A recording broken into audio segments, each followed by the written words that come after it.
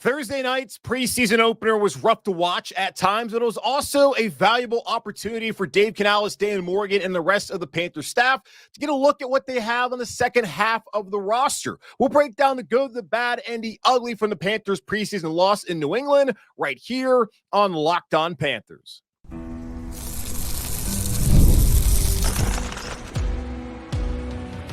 You are Locked On Panthers, your daily Carolina Panthers podcast. Part of the Locked On Podcast Network, your team every day. Welcome into another edition of the Locked On Panthers podcast, a part of the Locked On Podcast Network. I'm your host, as always, Julian Council, talking Carolina Panthers with you every Monday, Tuesday, Wednesday, Thursday, and Friday. Your team every day. That's our motto here on the Locked On Podcast Network. Subscribe or follow the show for free on YouTube or wherever you listen to your favorite podcast. And be sure to follow me, Julian Council, on Twitter at Julian Council, where I'm going to start going back to Wednesdays. As we had the preseason going on, a game this Saturday, a game next Saturday, might as well just go ahead and bring back the weekly Wednesday mailbag, which we do throughout the regular season, and I guess this season, the preseason as well. So go ahead quickly right now, send in your questions either at me or DM me on Twitter at Julian Council, and I will answer those questions here on Wednesday throughout the rest of the preseason and regular season here on Locked On Panthers. Today's episode of Locked On Panthers is brought to you by LinkedIn. LinkedIn Jobs helps you find the qualified candidates you want to talk to faster. Post your job for free at linkedin.com/LockedOnNFL. That's linkedin.com/LockedOnNFL to post your job for free. Terms and conditions apply. Last Thursday night was a night that I don't think we want to remember, as it was difficult to watch the Panthers sit out the vast majority of players who are going to make an impact this season and then have to watch the back half of the roster face off against New England. And the Patriots, they played their starters for a series. Drake May only played one series as the second string quarterback. Then the rest of the way, it was New England's third and fourth stringers, and they won that game 17-3 and looked better than the Panthers. And the Patriots are also a team coming off of a pretty rough season last year, which is why they were able to draft Drake May third overall and why Bill Belichick's no longer the head coach and Gerard Mayo is. Panthers, same quarterback from a year ago, but new offensive play caller and head coach in Dave Canales. So a lot of change for both these teams heading into the 2024 regular season. So on today's show, I want to look back on what was on Thursday night, the good, the bad, and the ugly. Something, if you're new to the show, I will do every Tuesday, typically, but the day after every single game. I will recap the game that day, but then after that, after listening to Dave Canales speak to the media on his day after press conference and getting another chance to look at the game, I'll go over the good, the bad, and the ugly from what we saw and start to look ahead to the next week. So just something to understand moving forward for all the people who are new to this show. So starting off with the positive, as we have to think about the positive here in Carolina, as there's so many things that have been negative over the last couple of seasons, what David Tepper has done to an organization that, quite honestly, was middle of the road. And now he has turned it potentially into the worst franchise in the NFL. But there is potential hope on the horizons. Looking at the good, defensive depth.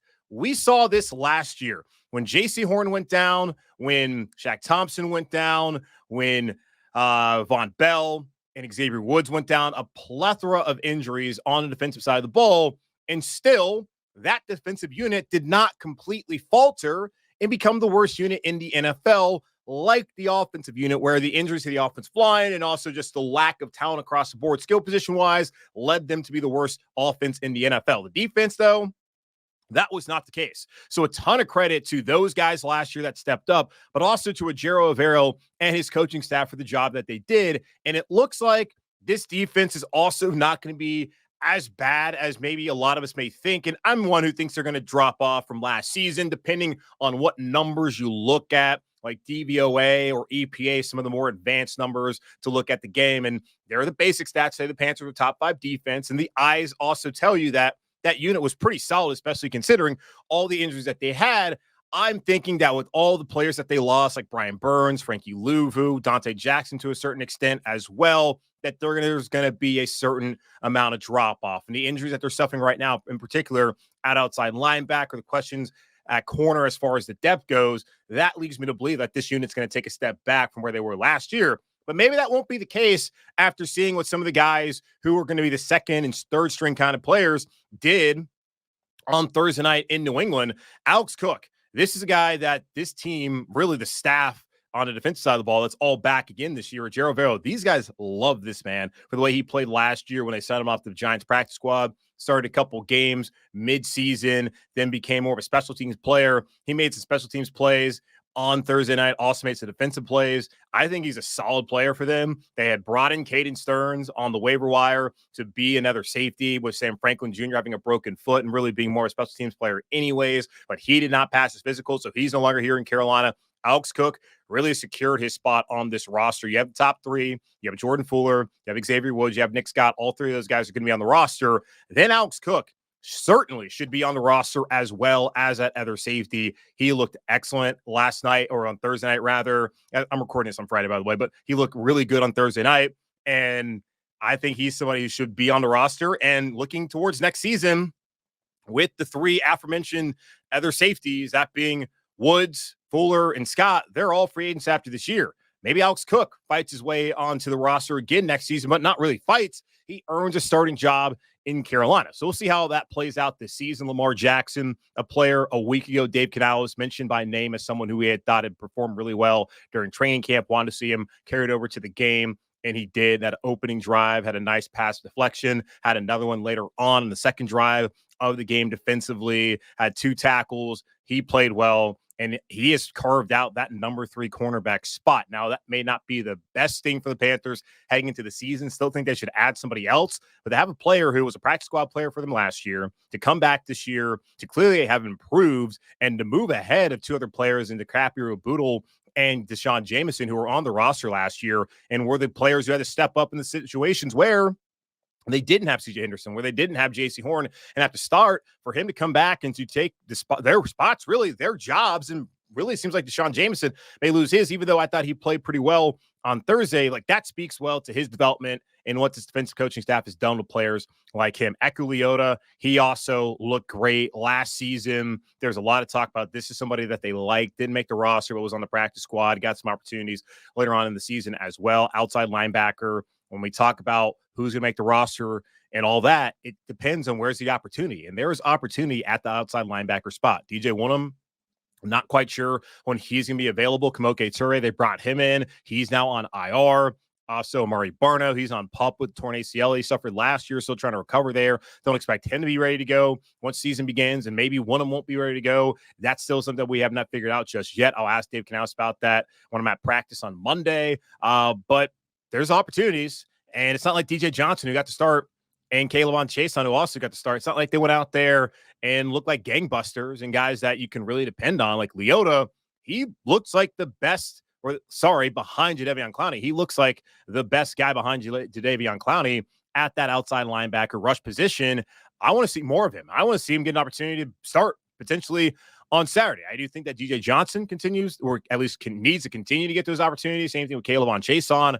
But Eku Leota, he showed that he was better than them, at least on Thursday night in New England, than TJ Smith.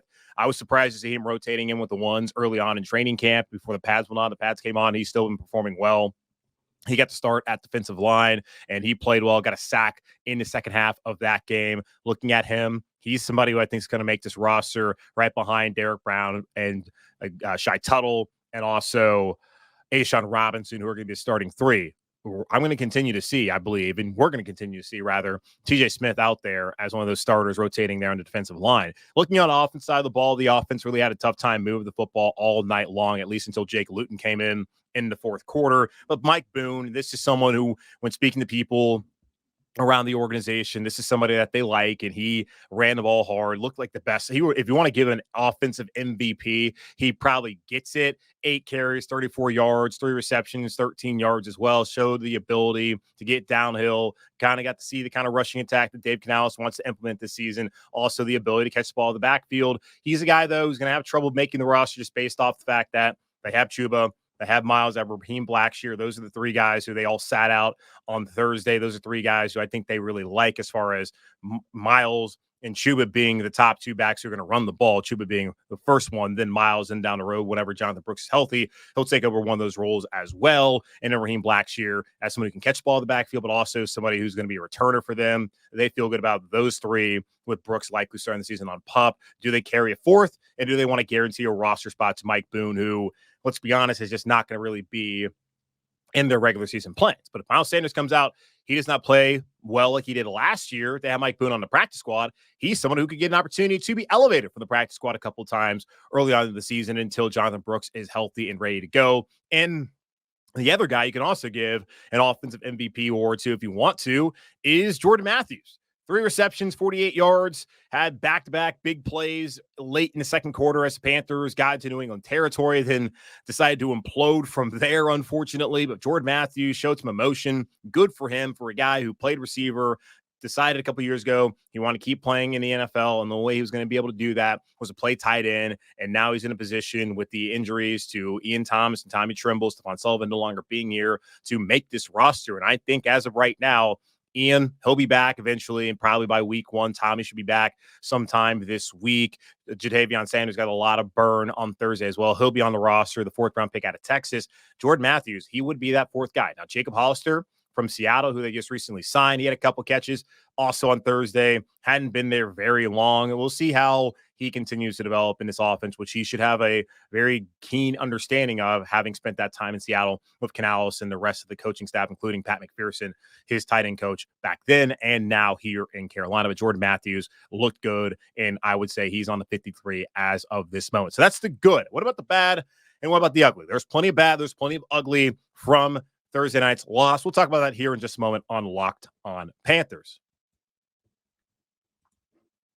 When you're hiring for your small business, you want to find quality professionals that are right for the role. That's why to check out LinkedIn Jobs. LinkedIn Jobs has the tools to help you find the right professionals for your team faster and for free. LinkedIn isn't just a job board. LinkedIn helps you hire professionals you can't find anywhere else, even those who aren't actively searching for a new job, but might be open to the perfect role. In a given month, over 70% of LinkedIn users don't visit other leading job sites. So if you're not looking on LinkedIn, you're looking in the wrong place. On LinkedIn, 86% of small businesses get a qualified candidate within 24 hours. Hire professionals like a professional on LinkedIn. LinkedIn knows that small businesses are wearing so many hats and might not have the time or resources to hire. LinkedIn is constantly finding ways to make the process easier. They even just launched a feature that helps you write job descriptions, making the process even easier and quicker.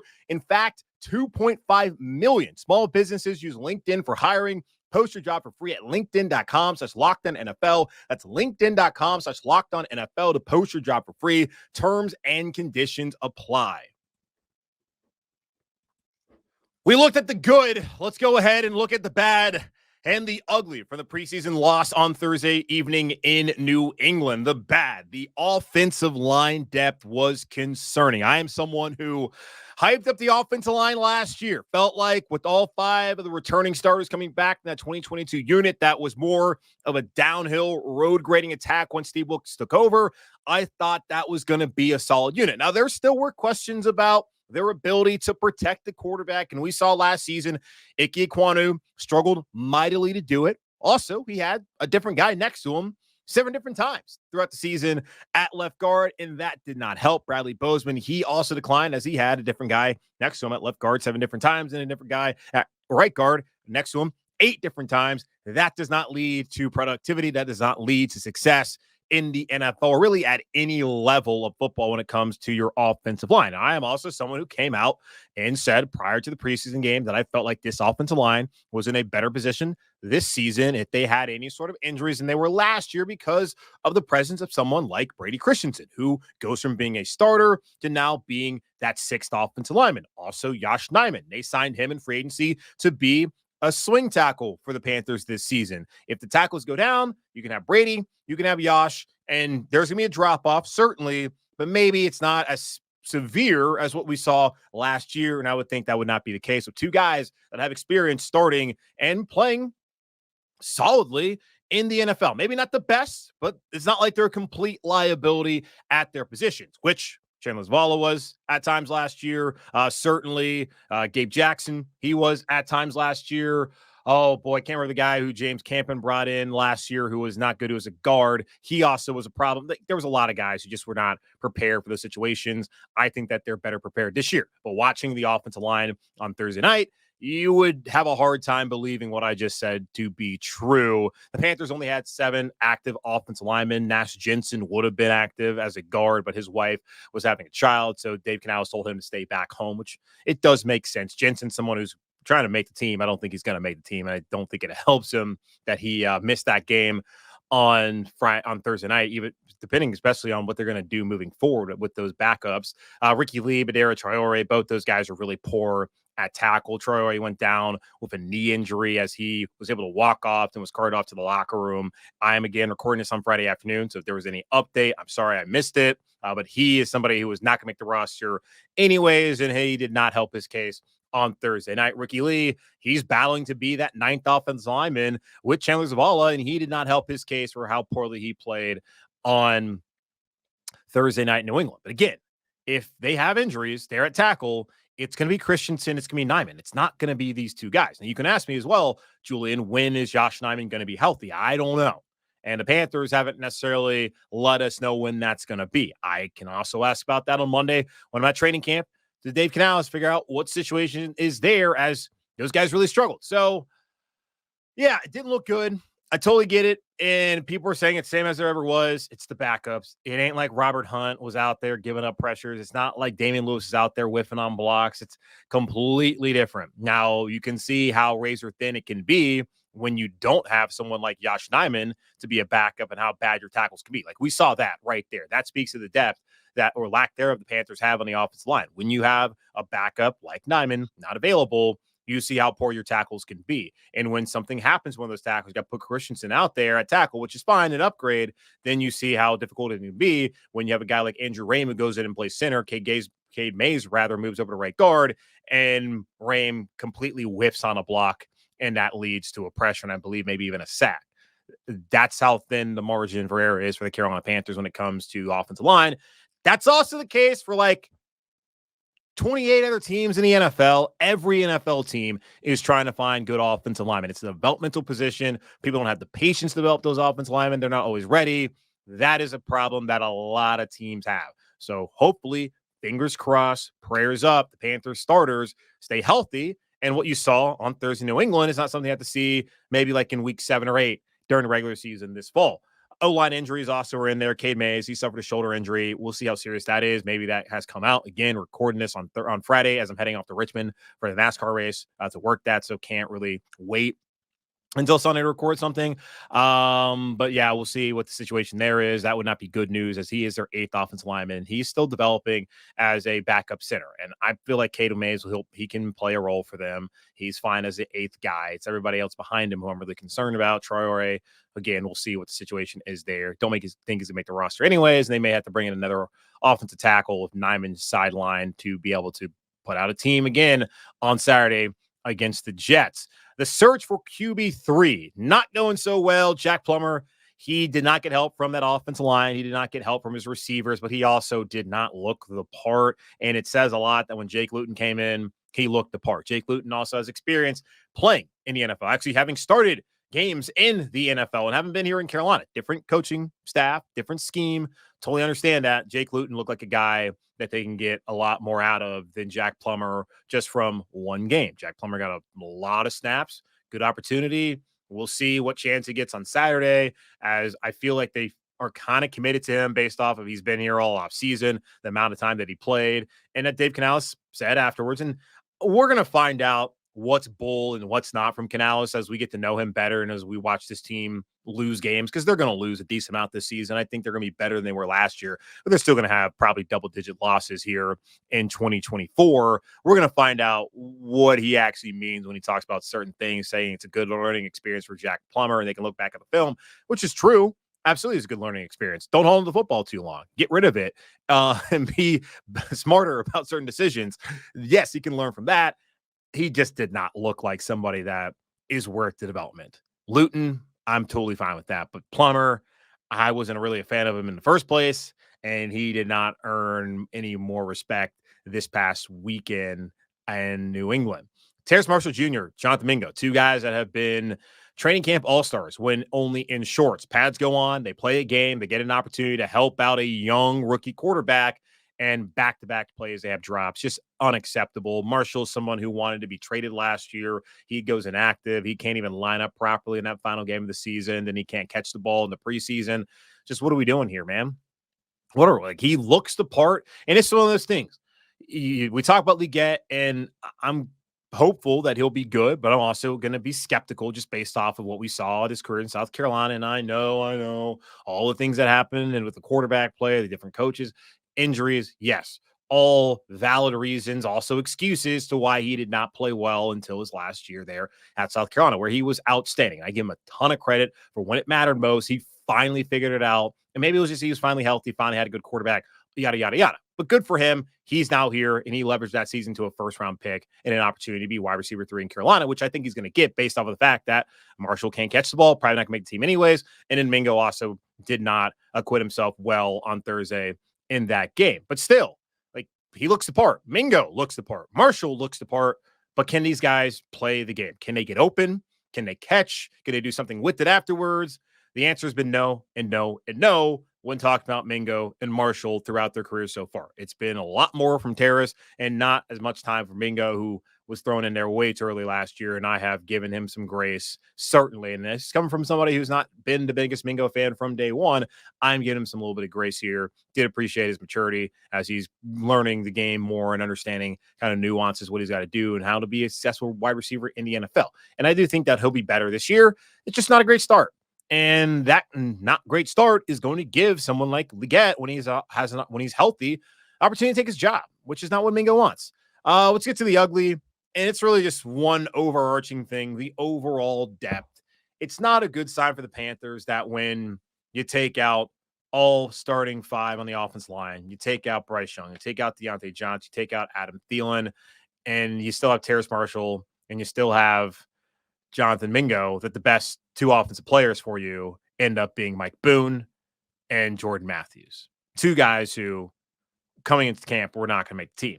And Boone still probably won't make it, but he'll be a practice squad guy. Matthews is right now, I think, going to make the team. Not a good look that the offense was just unable to function with that many guys missing. And if this was them playing against the first team of the Patriots or any NFL team, I totally understand. But to go up against other backups and to look that inept is not a good sign. The depth overall offensively and just across the board on this team is not where you would want it to be. But there's a reason why this team went 2-15 last year. It had a lot to do with the starters, but also had a lot to do with what was behind them and what had to step up in a certain situation, especially on offense, and what failed them in those opportunities those guys got. The depth's not there. You got something to expect from a team that is coming off of being the worst team in the NFL, new regime change, at least the head coach. It's going to take some time to get there. I see some young guys that they want to build around and who are going to get opportunities down the road. Just not good. So it was ugly to see. And hopefully those guys getting one opportunity to play in their first NFL game for a lot of guys, that helps them to look better this coming week against the Jets on Saturday, and then the next week against the Bills on the road next Saturday afternoon. So there is the good, the bad, and the ugly from Thursday night's preseason loss in New England. Dave Canales spoke to the media after the game, and he kind of, in my thoughts, alluded to the starters potentially playing on Saturday. We'll talk about that here in just a moment on Locked on Panthers. Passion, drive, and patience, the formula for winning championships, is also what keeps your ride or die alive. eBay Motors has everything you need to maintain your vehicle and level it up to peak performance. From superchargers, roof racks, exhaust kits, LED headlights, and more. Whether you're into speed, power, or style, eBay Motors has got you covered. With over 122 million parts for your number one ride or die, you'll always find exactly what you're looking for. And with eBay Guaranteed Fit, your part is guaranteed to fit your ride every time, or your money back, because of eBay Motors, you're burning rubber, not cash, for all the parts you need at the prices you want. It's easy to turn your car into the MVP and bring home huge wins. Keep your ride or die alive at ebaymotors.com. Eligible items only. Exclusions apply. eBay Guaranteed Fit, only available to U.S. customers. Something Dave Canales said after the game on Thursday makes me believe that the starters may play on Saturday evening against the Jets coming up. They have a joint practice with New York on Thursday, which will be an opportunity for the Jets and the Panthers to get a good look at their starters against their starters. And I will be there on Thursday intently looking at the Panthers offensive line versus the Jets defensive line. And in particular, Robert Hunt, Austin Corbett, and also Damian Lewis versus Quinnen Williams, who just wreaked havoc a year ago on that interior. Bradley Bozeman couldn't handle him. Zavala, when he was out there, couldn't handle him. Also had the situation where, guess who would have also been there? Brady Christensen couldn't handle him. He counted 11 sacks in that practice that we saw play out on HBO's Hard Knocks, hoping to not have a repeat of that on Thursday. And if there is a repeat of that, yeah, that would not be good. That a lot of money that you spent and the guy decided to move over to center if they can't control him. And they're going to lose reps. That's how it goes. He gets paid too. A lot more money than Austin Corbett and also more than Damian Lewis. Now, Robert Hunt, he's getting paid $100 million potentially. May not see all that money, but still, he's getting paid a lot of money. Would love to see what he can do against a guy like Quinnen Williams. So we'll get to see that on Thursday, but that will be a controlled environment. Uncontrolled environment will be on Saturday, and maybe the starters will play. So what Dave Canales had to say that made me think that that may be a possibility was this. He said on Thursday, following the game tonight, was about our first-time guys, our rookies, our guys that haven't had a chance to play in the NFL. And I do think there is something noble about wanting to give those guys an opportunity. And I also think there is value in sitting your starters and letting the back end of the roster play, getting to see what those, 56 players? Yeah, 56 players are able to present to the roster this upcoming season. They got to see what they did have, they got to see what they didn't have, and I think they're probably in a better situation evaluation-wise than they were heading into that game. So there was a positive, and that's what the preseason is about. It's about evaluating your roster. I heard Mike Lombardi last week on a Pat McAfee show saying this is the best time to add players. Now, probably the best time to add really good players was back in March, but it's also a good time to add players as you're in camp, you got the pads on, you're playing against other teams, you're seeing who's making plays, you're seeing who's not making plays, you're watching guys go down with injuries and all that, and you're evaluating the rest of the NFL and other players on different rosters in real time, doing the exact same things that you're doing. So it is a good time to try and bring people in and be able to evaluate your roster. And I would think after what they saw on Thursday, they got a lot of tape to look over and also to figure out who are the guys that can really help them that are going to be backups, mind you, because only 3 players who were listed as starters, that being not excluding the second team, or the special teams players, by the way, that was being Mingo, that was Johnson, and Dane Jackson. Outside of that, the other 53 were all guys that are backups trying to make those final roster spots here in Carolina. So good evaluation there. Do think there was value in what they did, but there's also value in getting to see the vets play. And the joint practice is going to be a fantastic opportunity. That's what Dave Canales said. We're going to have to evaluate who we want playing in this game. When he says this game, he means the preseason game. So they're going to get to see what their starters do, what their backups do on Thursday against New York, and then go from there and try to figure out who do we need to see more of on Saturday. And we'll get the answer, I'm thinking, Thursday after practice. We'll get this probably answer. We're going to look at the tape. We're going to figure out who's available. We'll make a decision on Thursday night who is going to play. That's what he's going to tell us. He's going to say tonight we'll make a decision on who's going to play, and maybe he'll straight up say whether Bryce and the starters on offense are going to play or not. But it's really going to come down to how they perform. If they get a lot of good work in and they feel like those guys have shown what they need to see on Thursday against the Jets, then maybe we don't see them at all. But I just look at what he said about Thursday night being about the rookies, guys who haven't gotten a chance to play, and they got plenty to evaluate. Why not get to evaluate your offense in the same scenario, at least your starters across the board in the same scenario come Saturday? And it feels like that door is certainly open. I don't think the door is ever closed, but it feels pretty open just based off of those comments. And maybe I'm reading too much into it, and I'm just being way too hopeful that I'm not going to waste my Saturday night watching another one of those shows that we watched last Thursday in the preseason. But we'll find out later on, as I'm excited. I'll be at training camp, of course, here on Monday, and I'll be out there again on Thursday, the final day, joint practice against the Jets, and excited to see what this team looks like, and particularly the offensive line in this offense against the Jets defense, which is one of the better defenses in the NFL and one that's just wreaked havoc and gave us some early warning signs of what was to come last season in Carolina. That's going to wrap up this edition of the Locked On Panthers podcast, part of Locked On Podcast Network, hosted by yours, Julian Council. Again, y'all subscribe or follow the show for free on YouTube or wherever you listen to your favorite podcast. And be sure to follow me, Julian Council, on Twitter at Julian Council. We're starting this Wednesday. The weekly Wednesday mailbag is back here on Locked On Panthers throughout the regular season. So either at me or DM me to get those questions into me. Right now, do not delay. But in the meantime, be safe, be happy, be whole as always. Keep pounding, and I'll be back with you probably later on today with a new episode where I'll be breaking down day 12 of Carolina Panthers training camp in Uptown Charlotte. So I will talk to y'all then.